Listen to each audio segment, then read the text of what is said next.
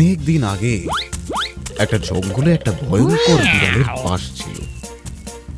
বিড়ালটা অবলা ইঁদুরদের খেয়ে ফেলে নিজের পেট ভরাতো।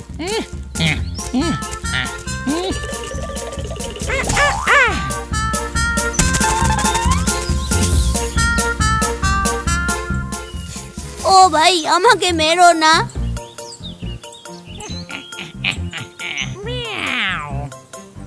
দেখো, তোমাকে আমি মোটেই মারবো না, বরং না মেরে জ্যান্ত চিবিয়ে খাবো।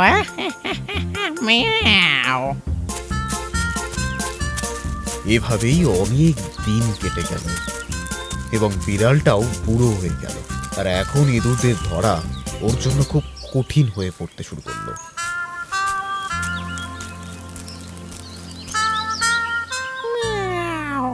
এভাবে চলতে থাকলে আমাকে তো উপোস করে মরতে হবে, কিন্তু যদি স্বীকার করি তাহলেও তো মোক্ষম চাল চলতে হবে।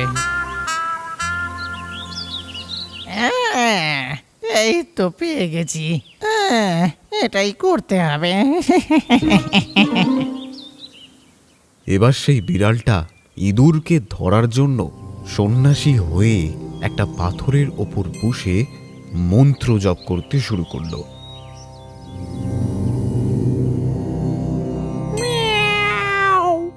জঙ্গলায় নমো, ম্যাও ক্রিং, জঙ্গলায় নমো। এই আওয়াজটা কোথা থেকে আসছে? বন্ধুরা, আমাদের এই গুহা থেকে একটু দূরে একটা বিড়াল সাধু সেজে বসে আছে। ও, তাহলে কি আমাদের মেরে দেবে? একটা পাথরের ওপর চোখ বন্ধ করে বসে কিছু একটা বিড়বিড় করছে। তাহলে তো আমাদের ওই সন্ন্যাসী বিড়ালের ওপর নজর রাখা উচিত। তখনই নিরীহ ইঁদুরগুলো গর্ত থেকে বেরিয়ে এসে ওই সন্ন্যাসী বিড়ালকে দেখতে হাজির হলো বিড়ালটির সামনে।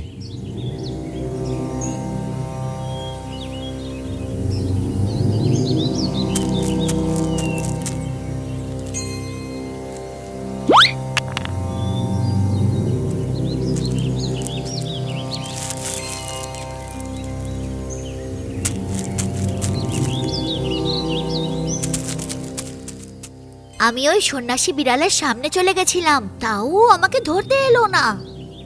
দাঁড়াও, একবার আমি গিয়ে দেখে আসছি।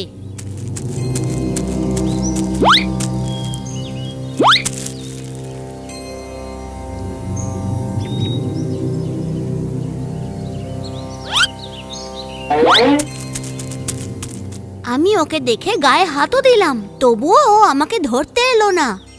আমার মনে হয় না ওই সন্ন্যাসী বিড়ালটা আমাদের ওপর আর কখনো হামলা করবে।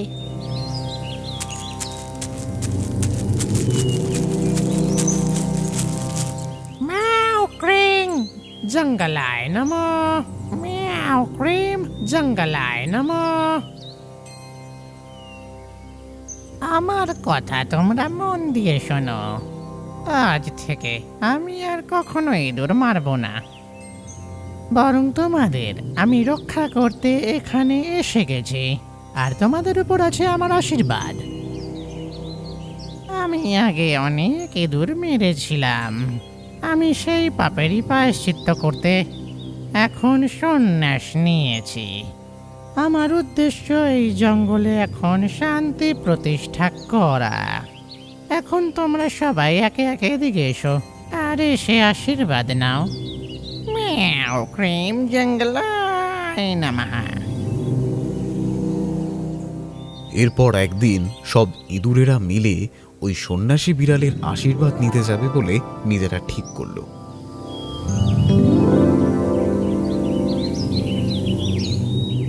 এভাবেই একদিন সন্ন্যাসীর সাথে দেখা করে ফিরবার সময় সন্ন্যাসী বিড়াল তাদেরকে পিছনে ডেকে বলে, শোনো, তোমরা সবাই আমার কথা শোনো। তোমরা সবাই একটু দাঁড়িয়ে যাও। কি হয়েছে স্বামীজি? তোমাদের সবার উপরে একটা বড় বিপদের ছায়া দেখতে পাচ্ছি। আরে, কি রকম বিপদ স্বামীজি? পূর্বের ওই পাহাড়ের দিক থেকে তোমাদের উপরে একটা বিপদ ধেয়ে আসছে, আমি দেখতে পাচ্ছি। স্বামীজি, তাহলে আমাদের কি করা উচিত? আরে, ভয় পাওয়ার দরকার নেই। বিপদ কাটাতে চাইলে পেট পুজোর ব্যবস্থা করতে হবে। কি পুজো করতে হবে? আরে না না না না না না না না, এটা ওরকম পুজো নয়। তাহলে তোমরা একটা বরং কাজ করো, এক এক করে আশ্রমে আসতে থাকো, তাহলে আর কখনো বিপদকে ভয় পাওয়ার দরকার পড়বে না, বুঝেছো? আর তারপর নির্ভয় থাকবে তোমরা। স্বামীজি ধন্যবাদ, আপনি খুব দয়ালু। আমরা সব ইঁদুর এক এক করে আপনার আশ্রমে চলে যাব। এই জন্য প্রতিদিন শত্রু দমন পুজোর জন্য একে একে ইঁদুরেরা সাধু বিড়ালের আশ্রমে যেতে থাকে। এসো বৎস, এসো, এই আশ্রমে এসো। মিয়াও, এসো এসো। আর অনেক দিন পর যখন সন্ন্যাসী বিড়ালের আশ্রম থেকে ইঁদুরেরা আর ফিরছিল না, তখন বাকি ইঁদুরদের কাছেও এই ব্যাপারটা বড় অদ্ভুত বলে মনে হলো। পুজোতে যারা গেছিল তারা তো ফেরত এলো না। স্বামীজি ওদের সঙ্গে কিছু করেনি তো? না না, পুজো হয়তো এখনো শেষ হয়নি। তাহলে আমরা নিজেরাই স্বামীজির আশ্রমে গিয়ে দেখে আসি। এরপর ইঁদুরেরা নিজেদের মনের সন্দেহ দূর করতে সোজা এসে উপস্থিত হয় সন্ন্যাসী বিড়ালের আশ্রমে।